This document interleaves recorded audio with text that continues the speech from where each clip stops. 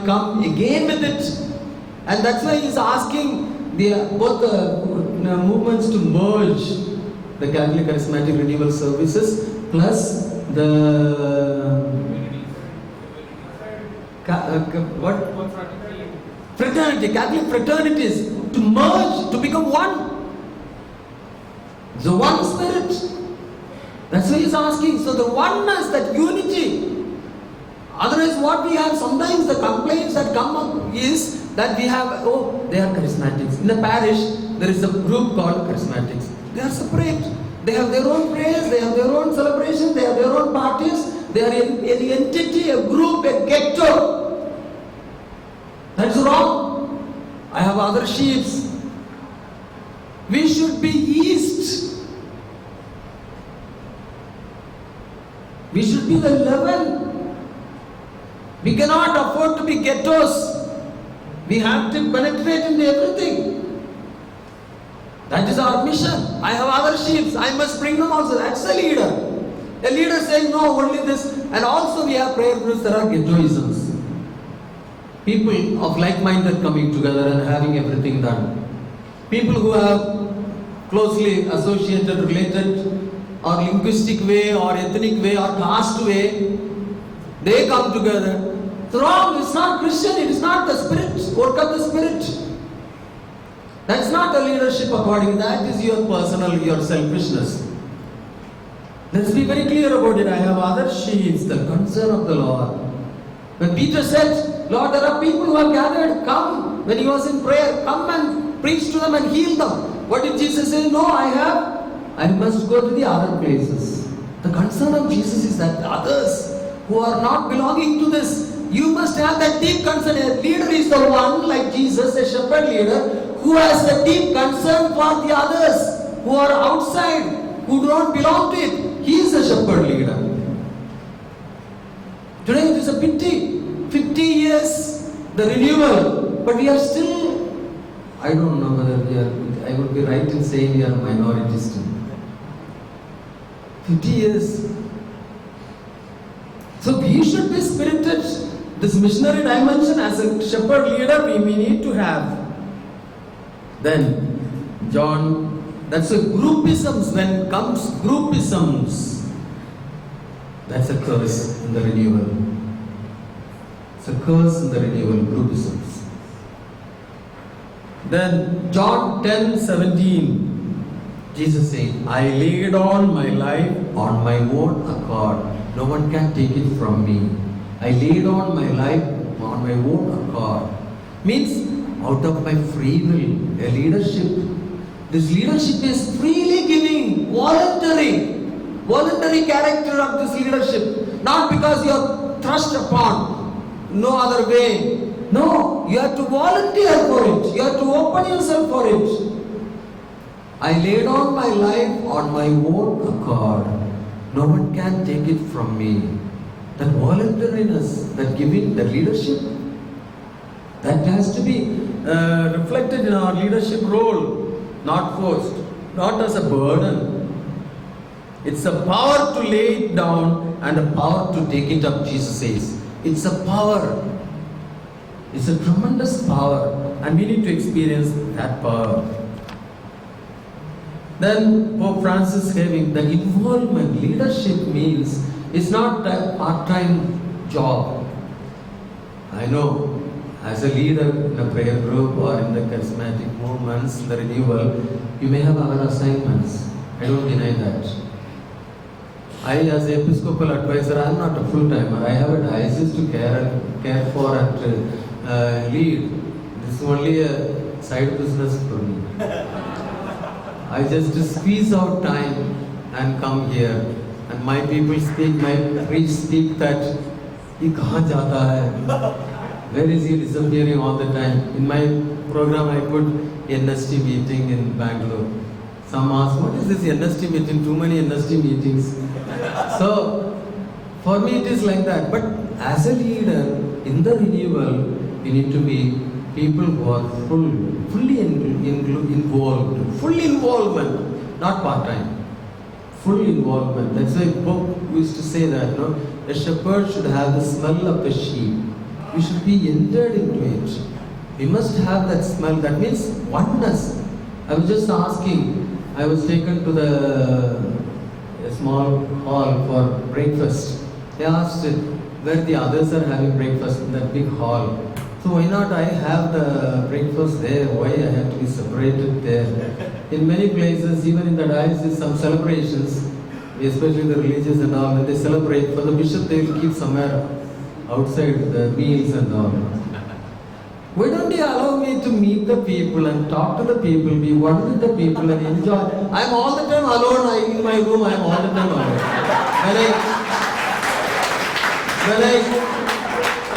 When I come out, at least let me have that freedom to speak to the people, be with the people, eat with the people. I'm fed up of eating alone. So this is what we need to, involvement. Why that separation should be kept? We are one. We need to have that oneness, involvement. Keeping that so much of a distance, calling Lord, my God, and all those things. Only St. Thomas, looking at Jesus in that experience, he said, my Lord and my God. Do you have that experience when you look at me? If you have that experience, you say, my Lord, I will accept it. Otherwise, why to call all that? It's all separating. That smell of the sheep will be lost. We will not smell. We will be clean and tidy and all those things. We will not be dirty. The Pope wants a dirty church. Pope wants a dirty church. So we need to today, as leaders, we need to come down to the level of the people. Lays down his life, safeguards. Then we come to the servant leader, the steward leader. I have time till 11, no? Huh? Till 12? Sorry, till 12. Okay, that's fine.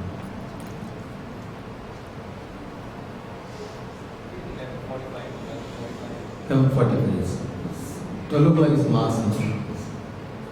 So, I have two more topics to deal with.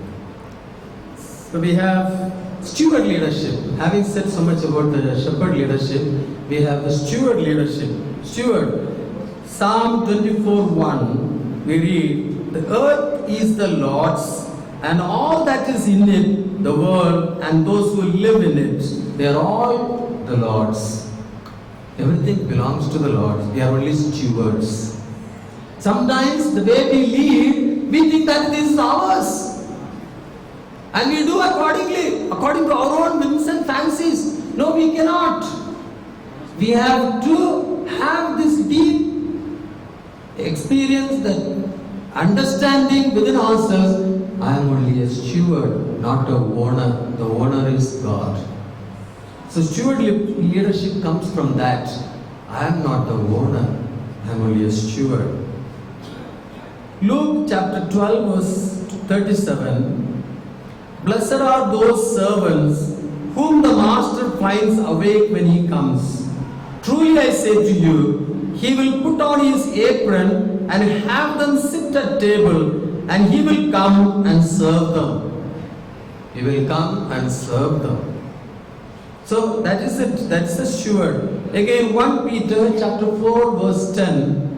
1 Peter chapter 4 verse 10. Like good stewards of the manifold grace of God, serve one another with whatever gift each of you have received. So we as stewards use the charisms and gifts that we have received in order to serve the people of God. And Saint Teresa of Child Jesus would say, all is grace.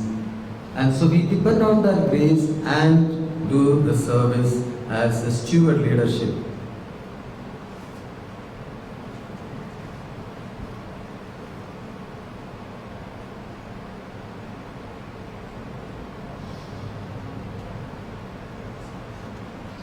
The steward leadership or stewardship are basic and primary for anyone who considers himself, herself as a believer. It is from our belief that steward leadership comes up. It has two a narrow meaning and a broader meaning. In the narrow sense, steward is a person who holds a particular position of service to another person. In the narrow sense, steward is a person who holds a particular position of service to another person. In the broader sense, a steward is someone who assumes responsibility for things that do not belong to him. In the broader sense, he assumes responsibility for the things that do not belong to him. And our steward leadership is something in that line.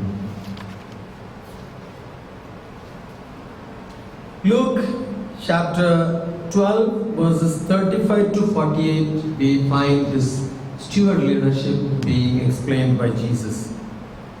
And there are a few characteristics. First is, a steward leadership is a person who is dressed for action and lamps lit. Dressed for action and lamps lit. That means steward is a person who is ever ready. When the master comes in the midnight, he should be ever ready. So a steward leadership demands from us that we need to be ever ready. Ready for action, dressed for action and lamps lit. All the time. You should be ready all the time. Even unexpected hour, even for unexpected things, prepared or unprepared, you should be all the time ready for it. That's steward leadership. He is a prudent manager of all the resources. The steward leadership is the one who is the prudent manager of all the resources. He must prudently manage all the resources. The steward leadership is not the one who says, oh, now we don't have that, we don't have this. But a steward leadership is the one that he has, with that he is able to manage it in a most beautiful way. That is steward leadership. The one who says, I want that, I want this, everything should be provided, and then you start acting. It's not a steward leadership. Steward leadership is the one who, what he has, with that he prudently manages. A steward leadership is the one who knows what the master wants and then he does it. And the demand is much more. The demand is much more.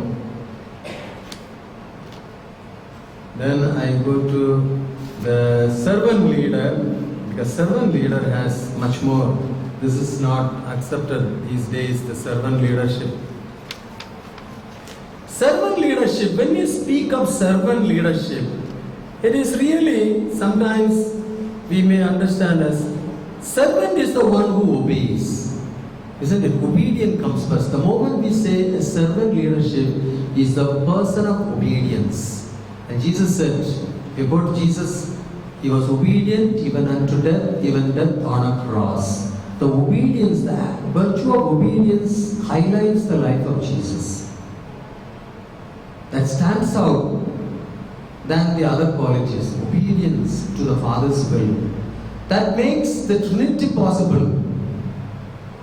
Obedience makes the Trinity possible. And obedience in a family will make the family possible.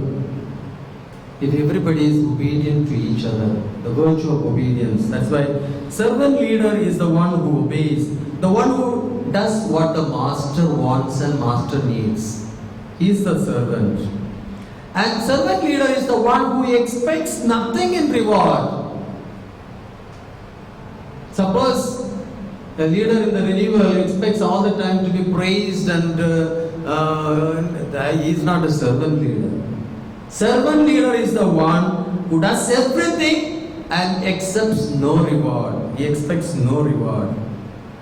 In life, we command, we exact, we expect reward, acknowledgement, etc. But that is not a servant leader. A servant leader is the one who is ready for any service. He does not choose the service. Oh, those things I cannot do. You get somebody else. No. The servant is the one who is ready for service anytime, anywhere. No terms and conditions. No terms and conditions. Now the types of service, servant leadership, the types of service. Compassionate service. First type of service is compassionate service. Jesus had compassion for the multitude. I began the session with Jesus, merciful. No? Compassionate for the multitude. Matthew 15 verse 32. Matthew 15, 32. He says, I have compassion for the crowd. I have compassion for the crowd. Compassion for Lazarus' death. John 11, 33. John 11, 33. Only after having that compassion, Jesus does the service. So his service is inspired and motivated by compassion. So that's the first type of service, compassionate service. Second, sacrificial service. Sacrificial service. That is the institution of the Holy Eucharist. The Lord institutes the Holy Eucharist. He sacrifices himself. He lays down his life for us. He gives us his body and his blood, the sacrifice. The Synoptics describes the Last Supper, but the St. John's Gospel, he describes in action. Washing of the feet of the disciples, the washing of the feet. You call me Master and Lord, I am so. Be Master and Lord, I have washed your feet, which is the work of the slaves, servants. Do likewise. Do likewise. So the washing of the feet, that is sacrificial service. And the third one is present service. Service by present. Be present. A present should become a service. Service by presence. We are people who are filled by the Spirit, led by the Spirit. My presence should be activate the Spirit, work of the Spirit. Otherwise, what are we? How can you call yourself charismatic? My presence should become a grace, service. In even evangelization, Evangelism John Paul II so beautifully says that one of the ways of evangelization is evangelize through presence. Presence, your presence. Brothers and sisters, do we realize that? We are people who are filled with the Spirit, led by the Spirit, carrying Jesus within us. My presence should become an evangelizing presence, a witnessing of the Lord who is present in me. Otherwise, what does it matter at all? Otherwise, we are only tape recorders, learning something, hearing something, and speaking out something. No. The word has to become flesh in me, and then it has to be manifested through my life and actions. That is the incarnate, that is the way of Jesus. So the service should be my presence. Service is not only activity, but also the apostolate of service, that is presence, the apostolate of presence.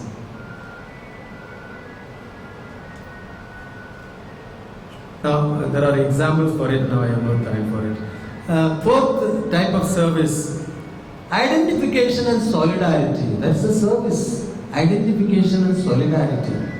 To identify, the beautiful example is Father Damien of Molokai. He was in that island, the lepers. He was the only priest. He identified himself with them. He became one with them. Service. The service of being identified and become one. Become involved. As Pope Francis used to say. Be one with. Be identified with. Don't remain separate. Then you are not the servanthood of Jesus. Then you are like servant, the present day servants. Minister means servant. Our ministers today, they are all on the top. They are all on the top. They call themselves ministers, means servants. That type of servants we will become. But we need to become identified and in solidarity with them. That is servant leadership. That is Father Damien of Molokai. He contracted leprosy afterwards, being with them, and he gives his life for them. Then prayerful service. Fifth, prayerful service. John Mary Vianney, another example of prayerful service, servanthood. He was praying for the people. They were the rascals in that parish, ours. They were the rascals. They were really giving him pain and suffering. But night he spent for them, prayed for them. That's why he converted them. It has become a beautiful pilgrimage center now.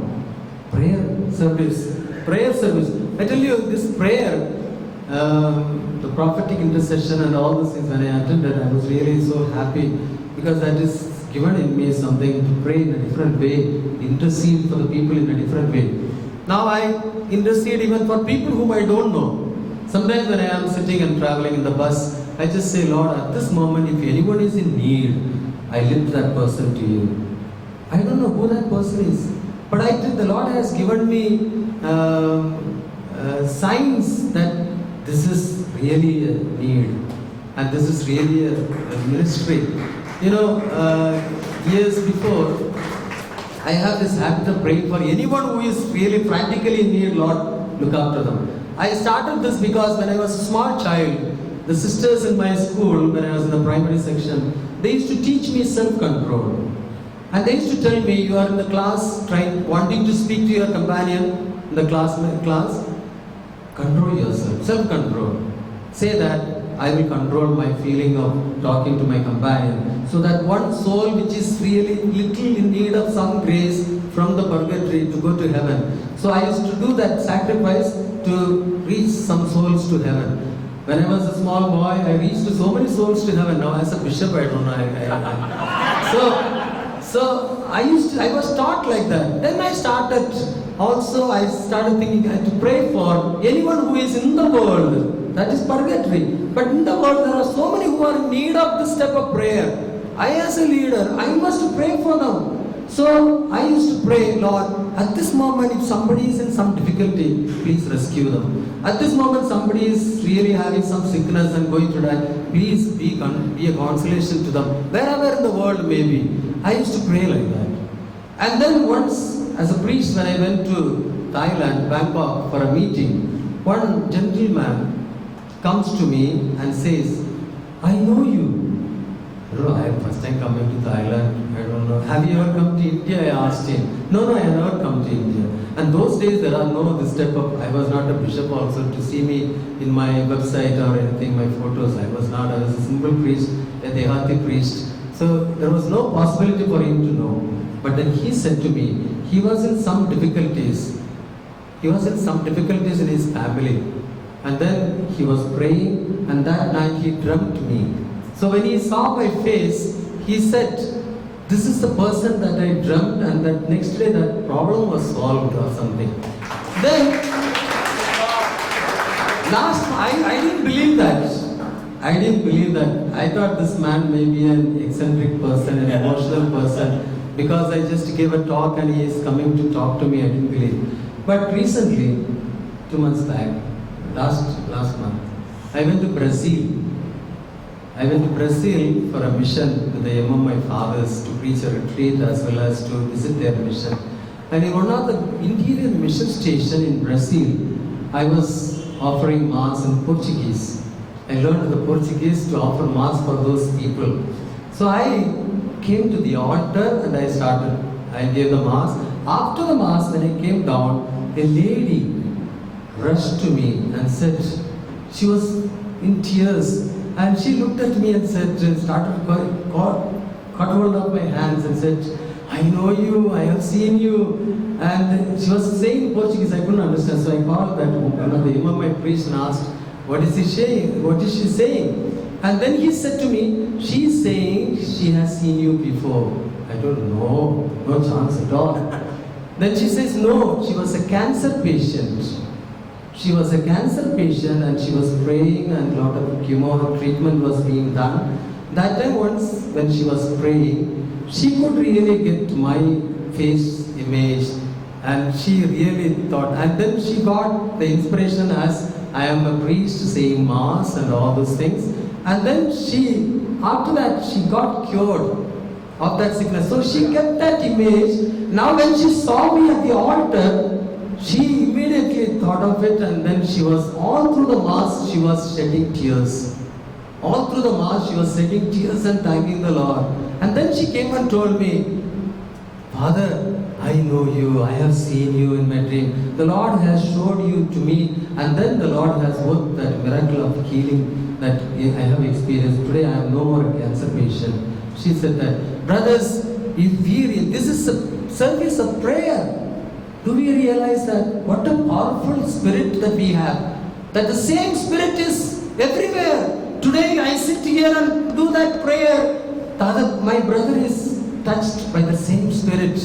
What a wonderful ministry that we can do. Are we aware of it? We are busy with little cheap things of our personal pettiness and all those stuff, rubbish.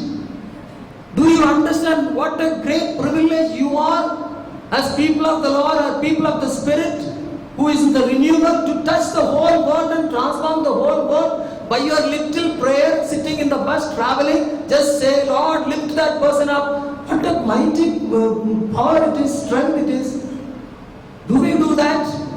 All the time we think of grumbling and criticizing and speaking ill of and gossiping. Why can't we do this great ministry as people in the renewal? So today, as leaders, this is the leadership that we need to have today. A leader who can really think with Jesus, act with Jesus. He came for all, died for the whole mankind. Can I join that Jesus to do that ministry? So let us experience first personally the leadership of Jesus in my life. Is he really my leader? Or am I leading myself? Put that self away. Bring Jesus. Put him there. Let him lead, and you will be a leader. So today, ask the Lord for His grace in a special way. As leaders in the renewal, we must have this spirit, and the Lord is going to use you powerfully for His mission. And charismatic meeting, charismatic renewal will not be a ghetto movement, but it is a current of grace which affects everywhere throughout the world. Thank you. God bless you.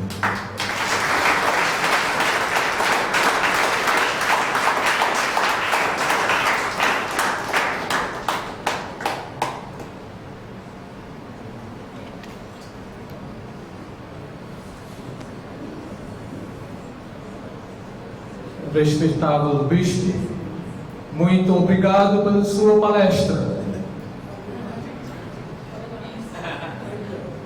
Bishop Francis, I'm saying a word of thanks to you in Portuguese, since he was in Brazil. But let's put our hands together for this wonderful presentation.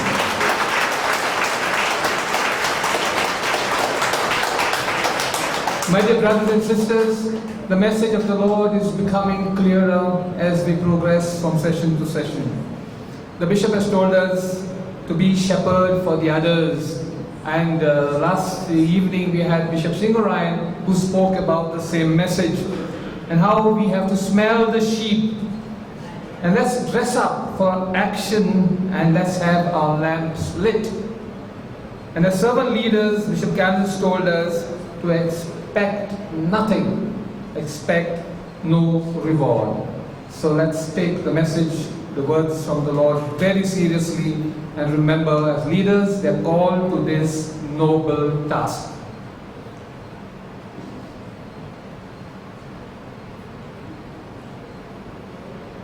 I wanted to tell the bishop something, but it's gone, I think.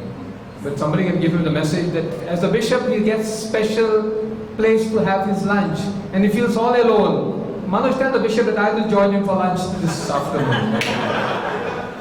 Now, all those who have come for the leaders' conference today and have not registered, can you meet Manoj and go to the registration counter? Please go to the registration counter as you move up. Register yourself and get your badge. Now, whatever the expenses you have to pay, it is minimal, and as Varghese was telling me, it is just to defray some basic costs of this house.